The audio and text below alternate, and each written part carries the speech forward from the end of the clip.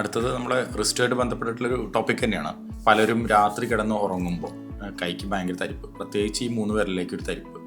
അത് ഒരു രക്ഷയില്ല, ഉറക്കം നഷ്ടപ്പെട്ടു, ഉറക്കം ഒരു രക്ഷയില്ല. എന്നാൽ എണിച്ച് നടന്നു കഴിഞ്ഞാൽ തരിപ്പൊക്കെ ഒന്ന് കുറയുകയും ചെയ്യും. അതെന്തായിരിക്കും കാരണം? നമ്മുടെ ഇവിടെ നിന്ന് വരുന്ന ഒരു മീഡിയൻ നെർവ് എന്ന് പറഞ്ഞിട്ടൊരു നരമ്പുണ്ട്. ഈ നരമ്പ് ഇവിടെ ഒരു ടണലിൻ്റെ ഉള്ളിൽ കൂടെയാണ് പോകുന്നത്. ടണൽ ഒരു സ്ട്രക്ചർ. കുറച്ച് കഴിയുമ്പോൾ ചില ആൾക്കാർക്ക് ഈ സ്ട്രക്ചർ ഹാർഡാവും, റബ്ബർ പോലെ ഇരുന്നത് ഹാർഡാവും. അങ്ങനെ ഹാർഡായി കഴിഞ്ഞാൽ ഈ നരമ്പ് ഇതിൻ്റെ ഉള്ളിലൂടെ പോകുമ്പോൾ അതിന് കംപ്രഷൻ വരെ, ഈ കംപ്രഷൻ വന്ന മറ്റേത് നരമ്പ് പോലെ തന്നെ അതിന് ശേഷമുള്ള അതിൻ്റെ ഫങ്ഷൻസ് എഫക്റ്റഡ് ആവുകയും ചെയ്യും. അത്രേ ഇതിനർത്ഥമുള്ളൂ.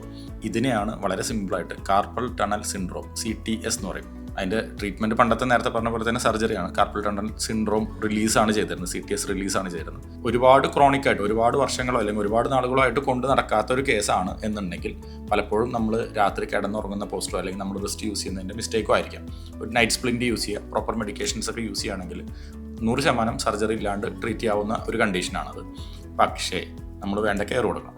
രാത്രി കിടന്നുറങ്ങുമ്പോൾ ഈ വേദന, ഈ തരിപ്പ് വന്നു കഴിഞ്ഞാൽ ഒരു എളുപ്പവഴി പറഞ്ഞുതരാം. എണിച്ച് നടക്കൊന്നും വേണ്ട. നമ്മൾ ബെഡിൽ നിന്ന് കട്ടുന്ന് കൈ താഴേക്കിടുക. കുറച്ച് നേരം കഴിഞ്ഞാൽ തരിപ്പ് കുറയും. പിറ്റത്തെ ദിവസം തന്നെ ഓർത്തോ ഡോക്ടറെ കാണുക, അല്ലെങ്കിൽ നരമ്പിൻ്റെ ഡോക്ടറെ കാണുക. ഉടനെ തന്നെ മരുന്ന് കഴിക്കുക. 100% നമുക്ക് സർജറി ഇല്ലാണ്ട് ഒഴിവാക്കാൻ പറ്റാവുന്നതാണ്. അത് സ്റ്റാർട്ടിങ്ങിലേ ട്രീറ്റ് ചെയ്ത് കഴിഞ്ഞാൽ. ഒരുപാട് കഴിഞ്ഞാൽ പിന്നെ തുറക്കേണ്ടി വരും. Don't delay. ഓക്കെ.